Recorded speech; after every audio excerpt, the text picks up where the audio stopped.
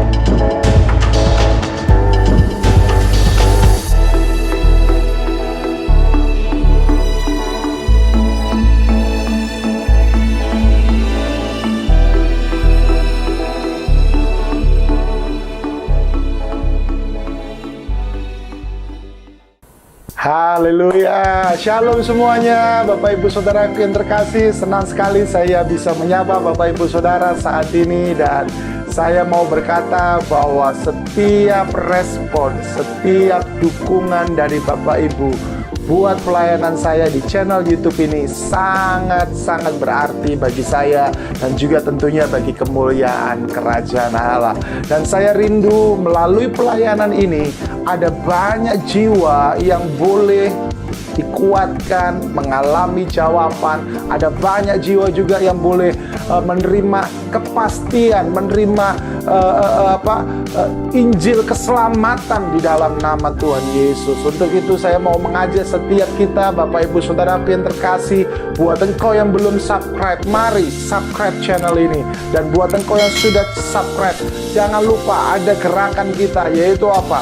Satu orang bagikan kepada satu orang. Sebuah langkah yang sangat sederhana, sebuah tindakan yang sangat sederhana. Tetapi coba bayangkan Bapak Ibu Saudara, lewat langkah, lewat tindakan yang sederhana itu bisa menjadi berkat bagi orang-orang yang sedang mengalami masalah, orang-orang yang sedang mengalami kebingungan, orang-orang yang sedang mengalami putus asa.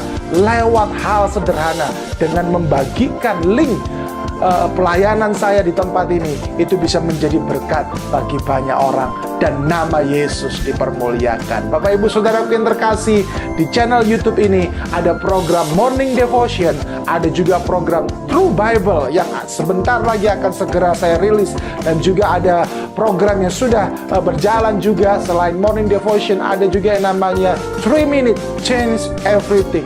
Ya, ini sudah berjalan dan akan terus berjalan. Bahkan di channel YouTube saya ada beberapa lagu-lagu yang saya ciptakan bersama dengan istri saya, dan itu semua bisa dinikmati di channel YouTube ini. Jadi sekali lagi, dukungan, respon, perhatian dari Bapak Ibu bagi pelayanan ini sangat-sangat diperlukan supaya nama Yesus semakin ditinggikan. Oke, jangan ragu, segera subscribe dan ikuti setiap program yang ada. God bless, Tuhan memberkati.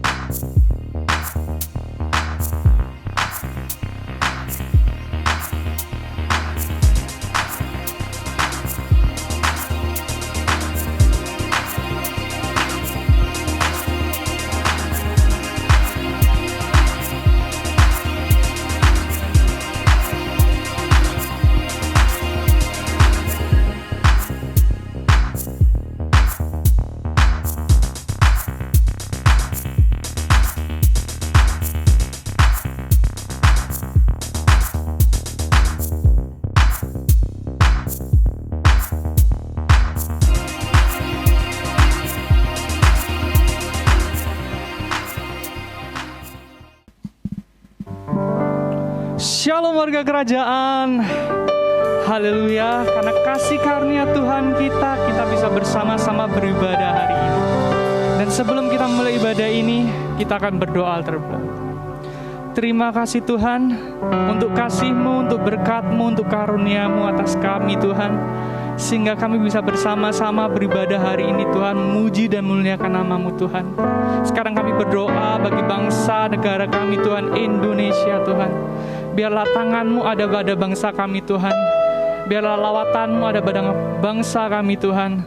Biarlah bangsa kami semakin berkembang Tuhan.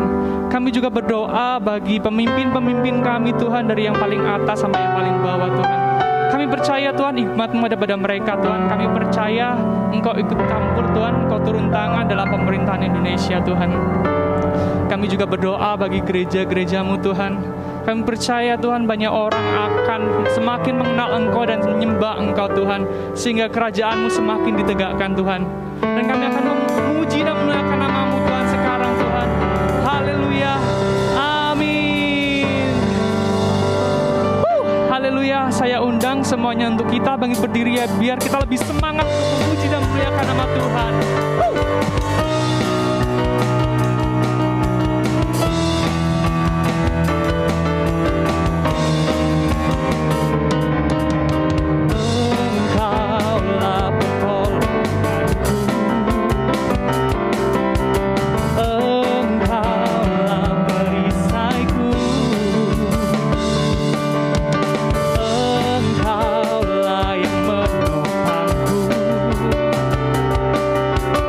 Yang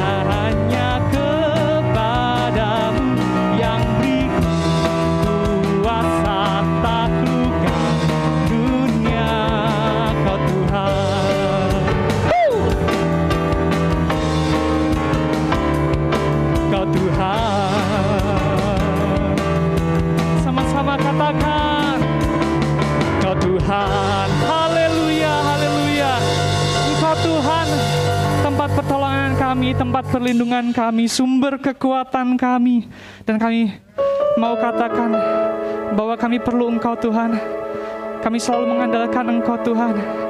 Dalam setiap kesulitan kami Tuhan, dalam setiap ketumbuhan kami Tuhan, kami mengandalkan Engkau. Hanya Engkau yang kami andalkan, Yesus. Oh Yesus. Oh Yesus. Ku perlu Engkau Yesus. Haus jiwaku menantikanmu. Ku percaya Kau penuh pengharapanku di dalam-Mu. Ku perlu Engkau Yesus. Ku perlu Engkau Yesus. Haus jiwaku menantikanmu. Ku percaya Tuhan. Ku percaya Kau penuh pengharapanku di dalam-Mu. Yesus, Yesus, hanya Kau yang ku andalkan, melebihi siapapun juga. Yesus, hanya Kau yang ku percaya di setiap waktu.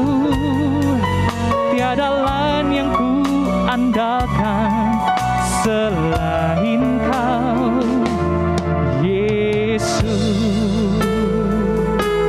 Sama-sama kita katakan, ku perlu Kau Yesus. Ku perlu Engkau Yesus.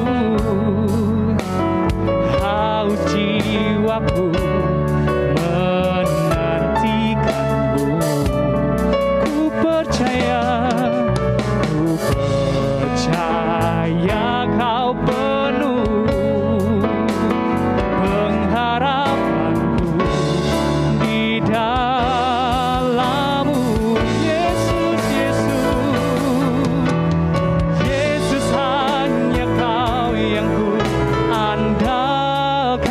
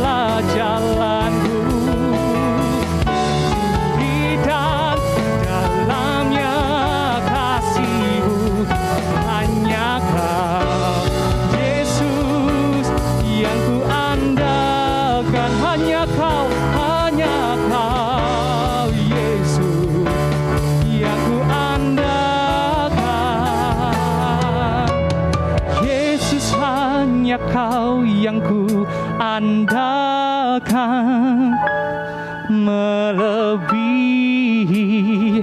siapapun juga.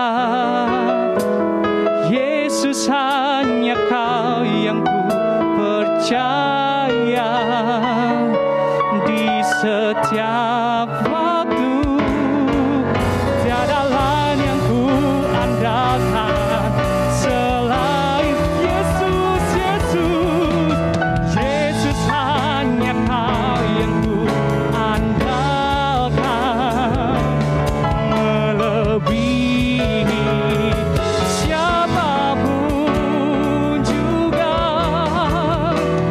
Yesus, hanya Kau yang ku percaya. Di setiap waktu tiada lain yang ku andalkan selain Kau. Hikmat-Mu Tuhan, hikmat-Mu melebihi pikiranku. Jalan-Mu Tuhan atas segala jalanku. Di dalamnya kasih-Mu, hanya Kau Yesus yang ku andal. Hanya Kau Yesus, hanya Kau Yesus yang ku andal. Hanya Kau Yesus, hanya Kau Yesus yang ku andalkan.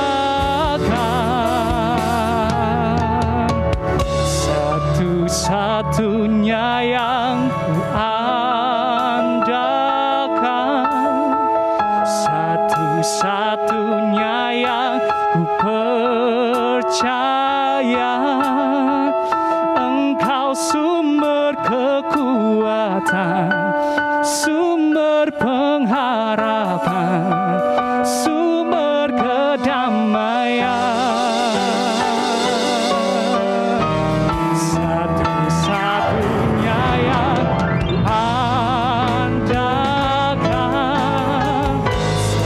satu-satunya yang percaya.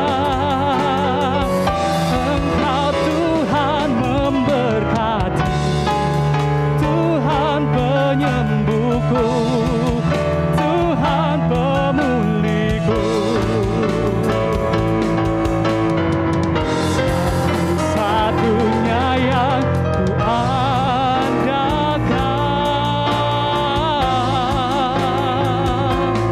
yang ku percaya.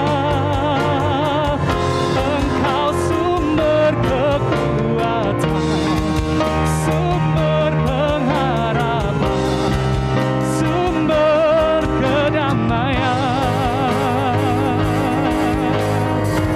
Satu-satunya yang ku andalkan, satu-satunya yang ku percaya. Engkau Tuhan memberkati, Tuhan penyembuhku, Tuhan pemulihku. Engkau Tuhan memberkati kami, Engkau Tuhan memberkati, Tuhan penyembuhku, Tuhan pemulihku. Engkau Tuhan memberkati, Engkau Tuhan memberkati, Tuhan penyembuhku, Tuhan pemulihku. Engkau Tuhan memberkati kami, Engkau Tuhan menyembuhkan kami, Engkau Tuhan memulihkan kami. Hanya Kau Tuhan. Haleluya, haleluya, haleluya, oh Jesus. Terima kasih Tuhan, Engkau sungguh luar biasa Tuhan. Engkau tahu setiap kami Tuhan. Engkau tahu apa yang terjadi pada kami Tuhan. Tapi kami percaya Tuhan, jika kami bergantung pada Engkau Tuhan, kami mengandalkan Engkau Tuhan. Semuanya pasti akan beres Tuhan. Haleluya, haleluya. Berikan sorak-sorai luar biasa bagi Tuhan kita. Sekarang kita akan mendengarkan suara gembala senior.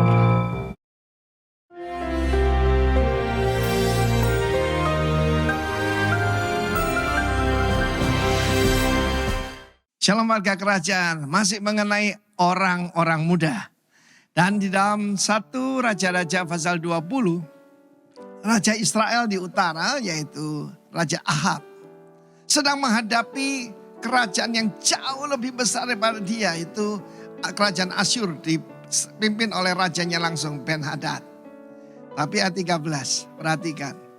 Kata seorang nabi, kamu lihat orang yang jumlahnya banyak ini, bukan cuma ramai, multitude. Hari ini juga kuberikan kemenangan kepadamu, supaya engkau tahu bahwa akulah Tuhan. Saya nggak tahu apa yang saudara hadapi hari ini. Musuh yang paling besar, apapun bentuknya. Entah penyakit, soal keuangan, soal keluarga. Tetapi Ahab tanya, dengan bantuan siapa? Melalui siapa? Ya, tidak dikatakan bantuan. Siapa yang akan maju perang? Pakailah orang-orang muda, pengiring kepala-kepala daerah. Orang-orang muda. Lalu siapa yang akan memerintahkan perang? Kamu. Seorang pemimpin harus memberikan arah yang jelas. Tetapi ini sesuatu yang very unusual. Kalau latar belakang kita itu cerita tentang orang-orang Spartan. Mereka dipersiapkan mulai kecil. Kalau saya nonton film 300. Bagaimana Leonidas, yaitu pada waktu kecil pun dilempar di tengah hutan menghadapi serigala binatang buas. Dan kita sebagai umat Tuhan, Tuhan tidak pernah anggap enteng orang-orang muda. Saya tidak pernah anggap enteng orang muda. Ya saudaraku, dan firman Tuhan berkata cuma ada 232, itu jumlah kecil sekali. Ya tentara cuma 7.000, tapi musuhnya puluhan ribu. Mereka menyerang waktu tengah hari. Dan kita tahu mereka mengalami kemenangan yang gilang gemilang. Ketika orang-orang muda itu maju menyerang lebih dahulu. Coba perhatikan ini. Kita ingat salah satu warrior kita yang masih muda, David. Ketika melihat Goliat, sementara Saul yang mantan diurapi itu. Dan semua tentaranya yang profesional tetapi tidak diurapi, melarikan diri sembunyi. Maka David berlari ke arah daripada Goliat. Saudaraku jangan lupa itu. Apa kelebihan anak-anak muda? Semangat. Entusiasme. Ya, tidak terlalu banyak pertimbangan. Saya percaya akhir zaman ini Tuhan pasti memakai orang-orang muda. Pencurahan Roh Kudus pertama kepada putra dan putrimu. Terjemahan bahasa Indonesia salah. Anak-anak. Your sons and your daughter. Lalu kemudian orang-orang mudamu.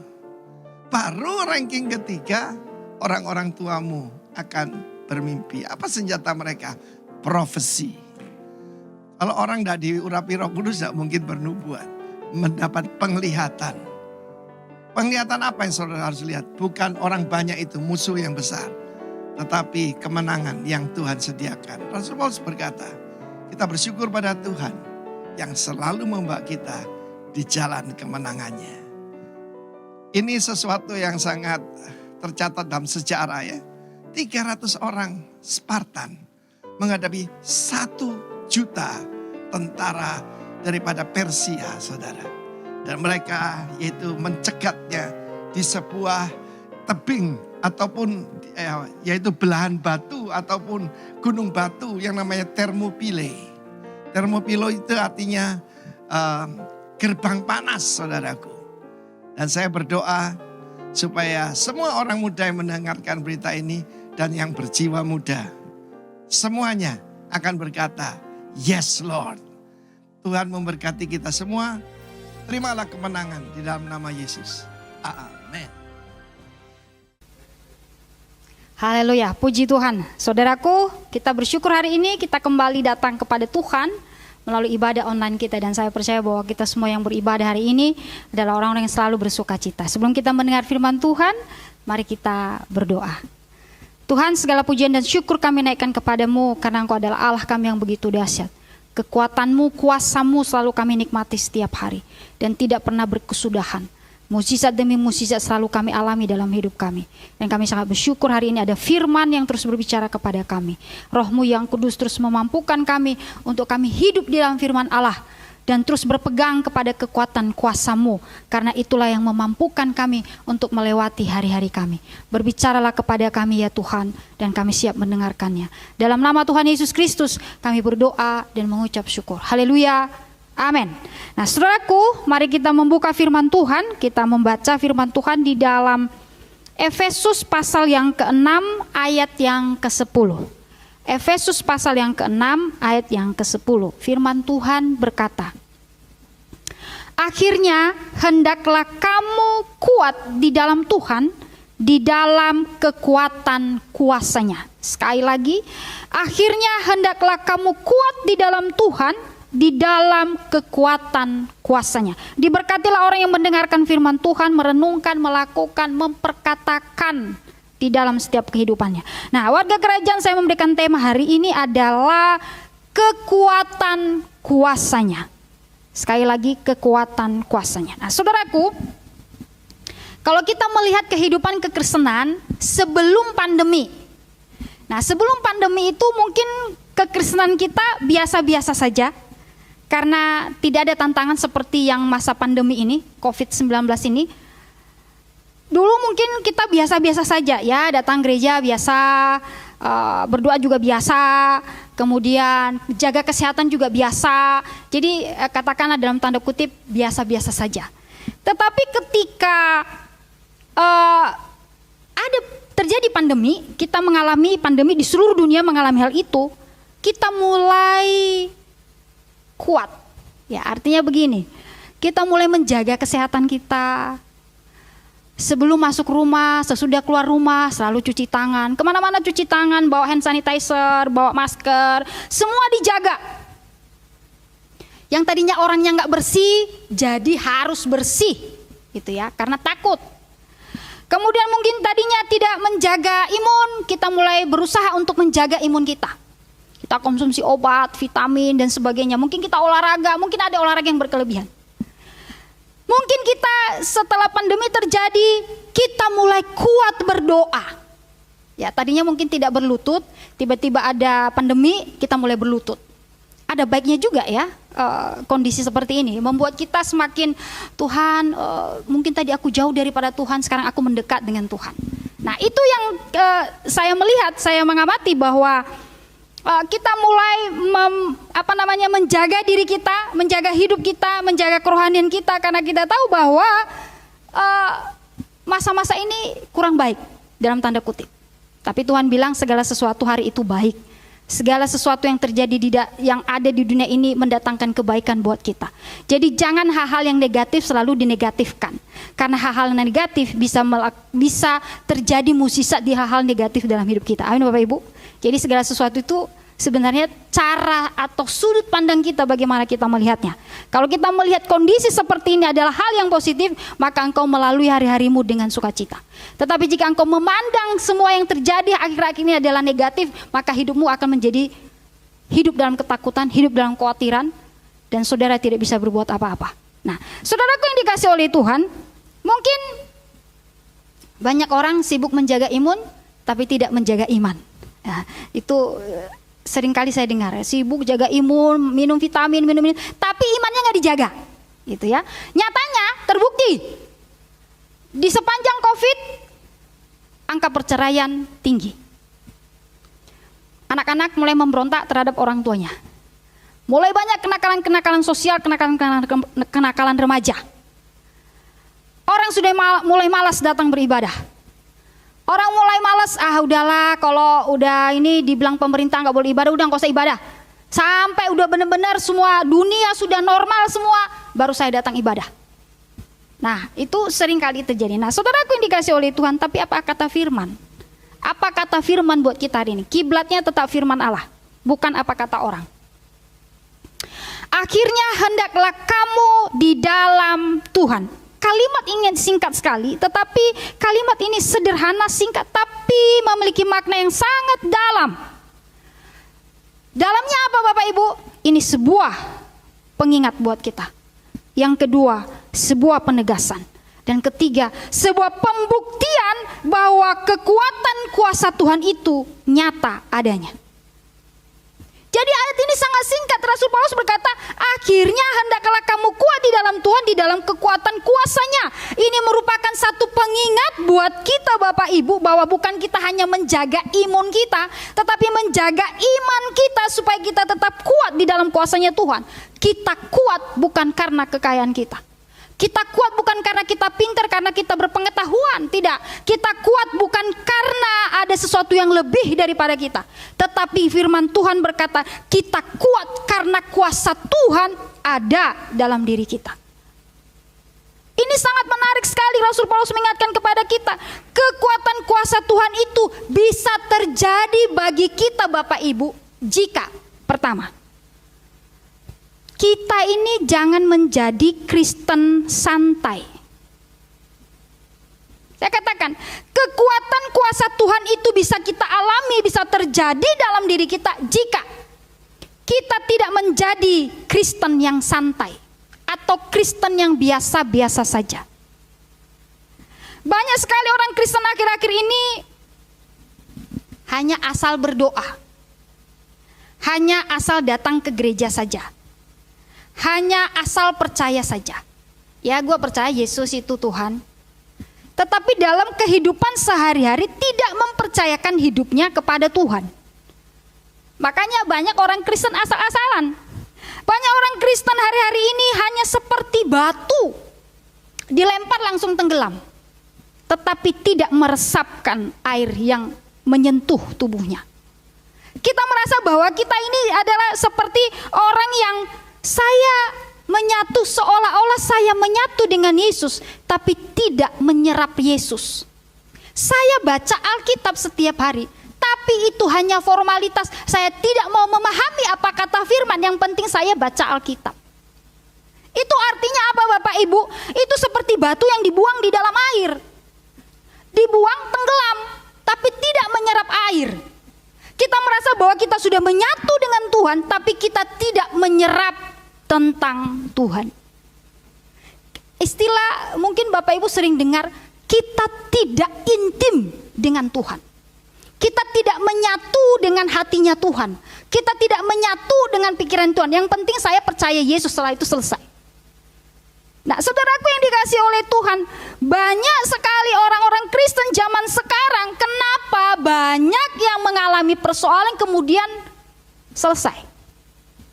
Banyak orang mengalami persoalan selesai. Bukan hanya dia laki-laki, bukan hanya dia perempuan. Masih bisa aku cari di luar sana yang lebih hebat dari dia. Karena mengapa? Karena hanya tahu Yesus tapi tidak menyerap Yesus. Hanya tahu Yesus itu Tuhan tetapi tidak mempercayakan hidupnya kepada Tuhan. Makanya tadi saya katakan orang hanya menjaga imun tapi menjaga iman tidak. Karena mengapa Bapak Ibu?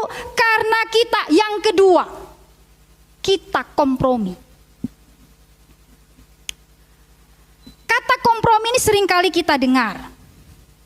Saudara tahu bahwa standarnya Tuhan buat kita adalah kesempurnaan. Tuhan kita itu sempurna.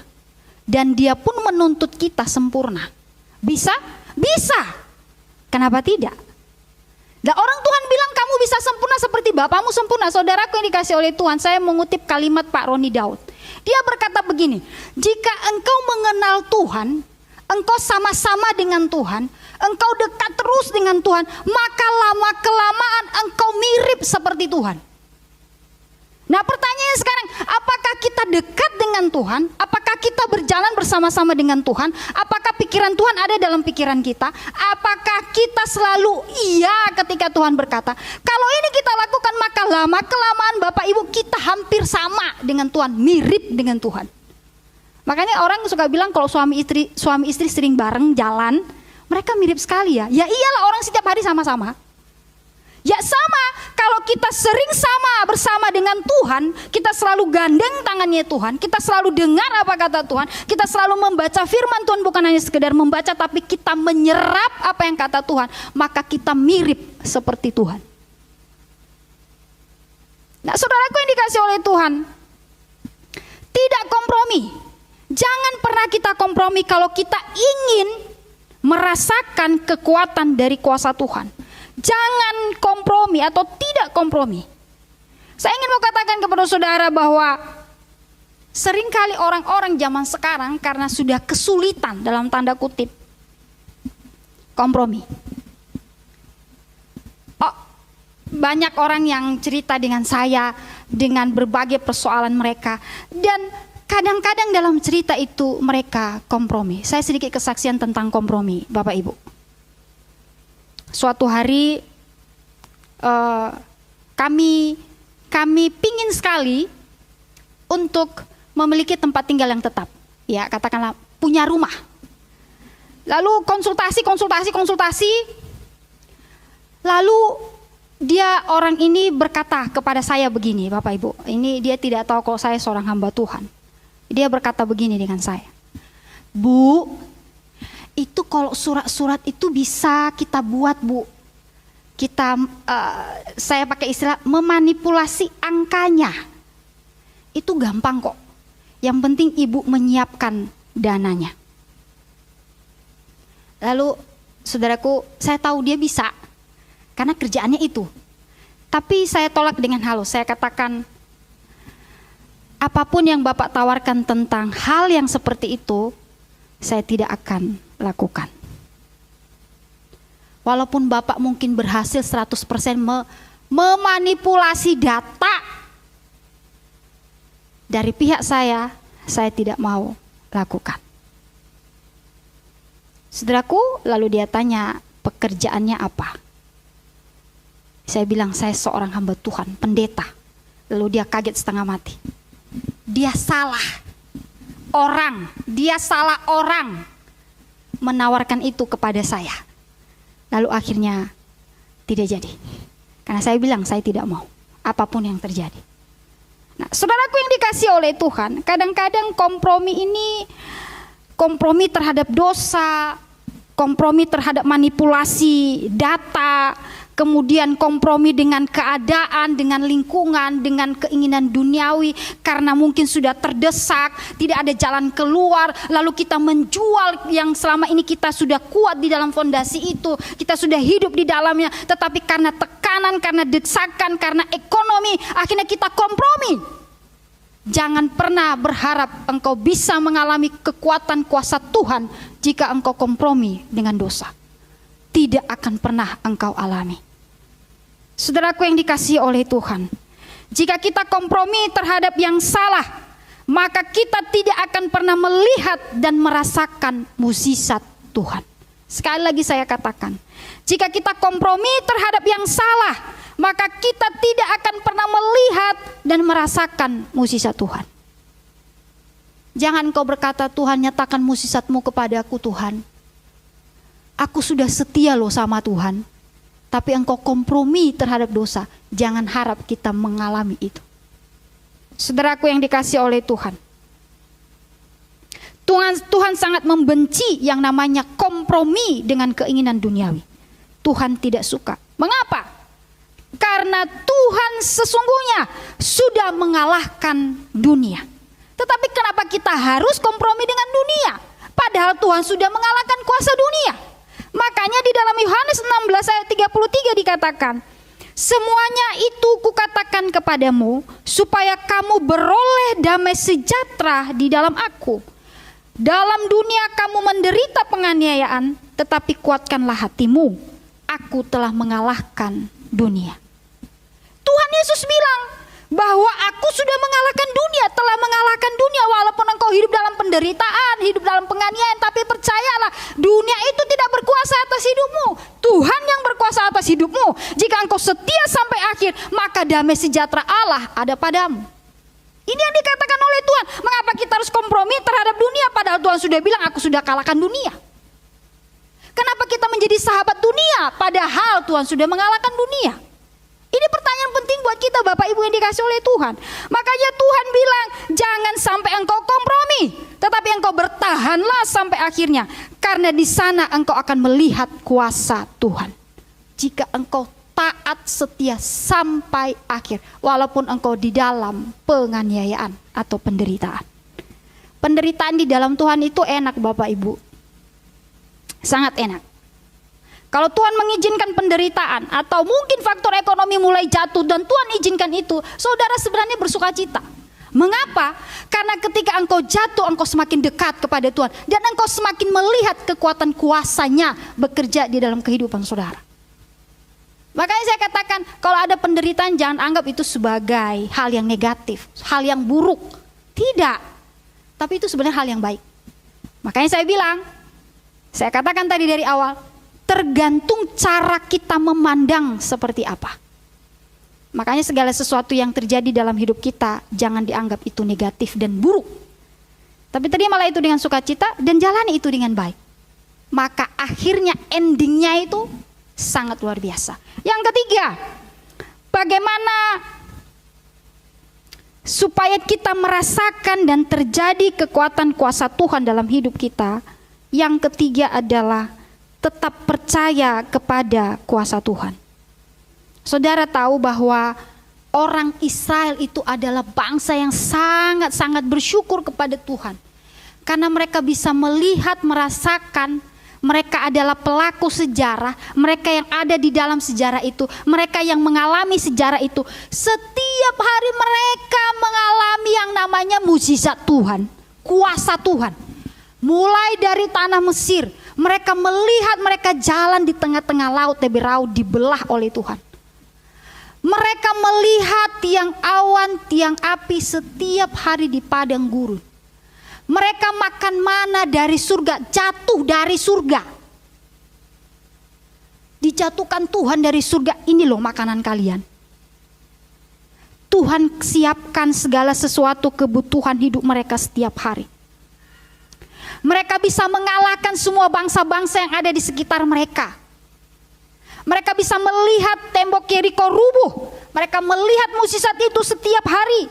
Mereka melihat tangan Tuhan bekerja dalam hidup mereka. Ketika Tuhan Yesus membangkitkan orang mati, Tuhan Yesus membuat orang berjalan, yang lumpuh bisa berjalan, yang buta bisa melihat, yang tuli bisa mendengar. Mereka melihat semuanya itu. Dan kita juga melihat dan membaca itu dalam firman Allah. Itu bukan fiksi Bapak Ibu, Alkitab itu bukan fiksi, bukan dongeng. Tapi itu firman Allah yang tertulis, nyata-nyata terjadi. Dan itu kita baca setiap hari. Tapi pertanyaannya adalah, mengapa seringkali kita meragukan namanya kuasa Tuhan?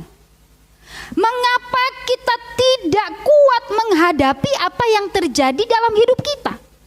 Mengapa masih ada kekhawatiran dalam hidup kita? Itu menjadi pertanyaannya. Padahal setiap hari kita baca Alkitab dan Alkitab mencatat bahwa Tuhan selalu menyatakan mukjizatnya buat kita dulu, sekarang, bahkan sampai selamanya.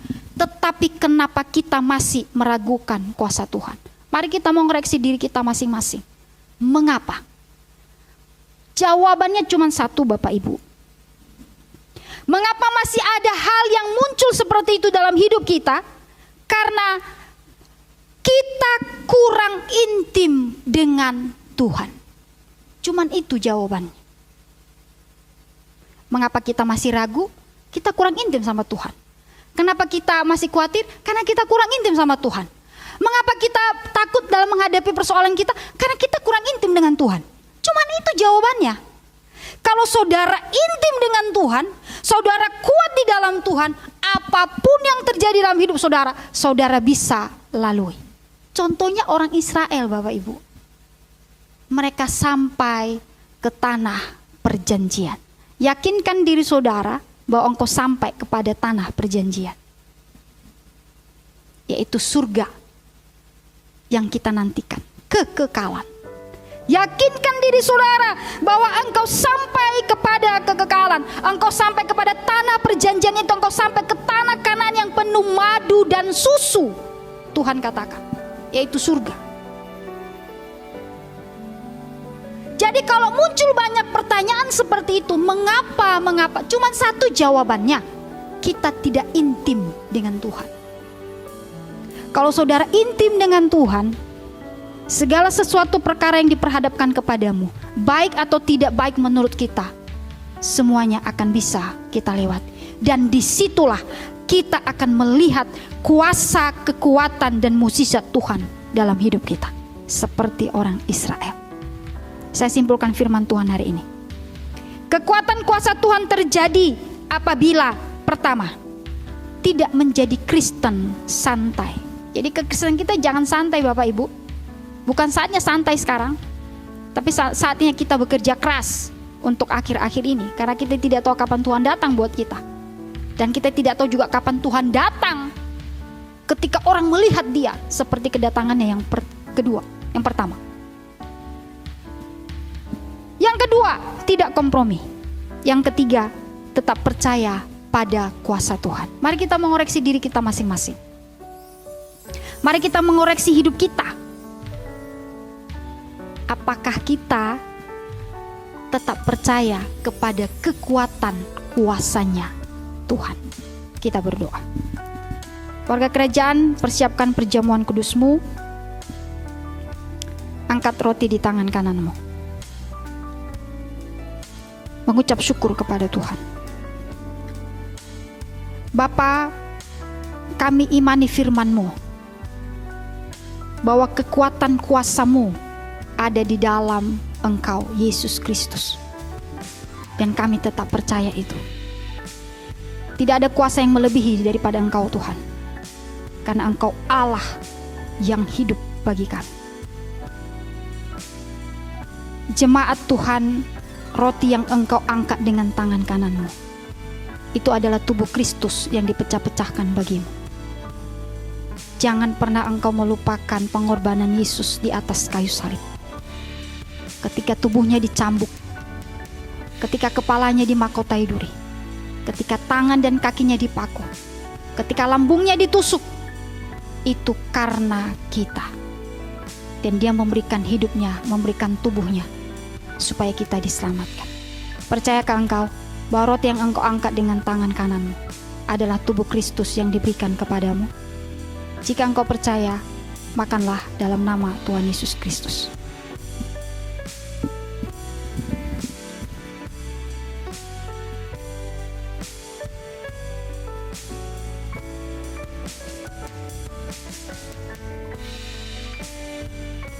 Angkat anggur di tangan kananmu dan mengucap syukurlah kepada Tuhan.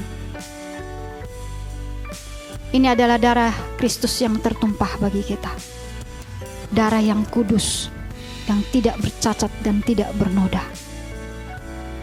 Ini adalah tanda pengampunan dosa yang Tuhan berikan kepada kita.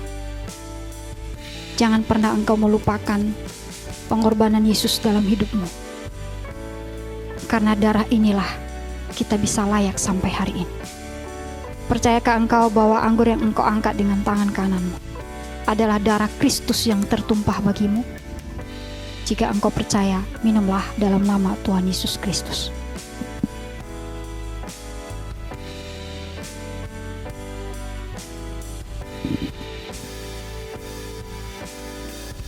Tuhan Yesus, terima kasih. Kami sangat bersyukur kepadamu Tuhan. Biarkanlah kami terus percaya kepadamu sampai akhirnya.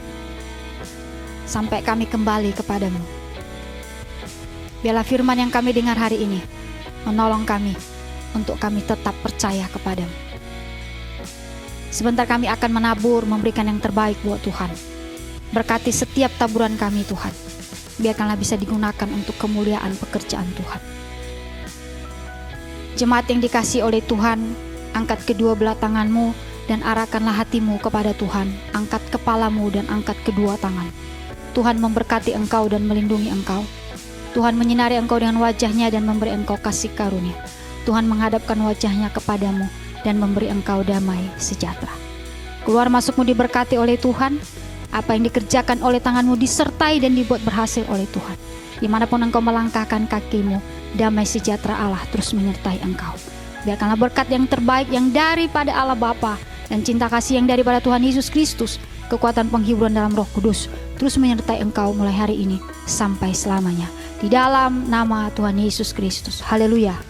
Amin.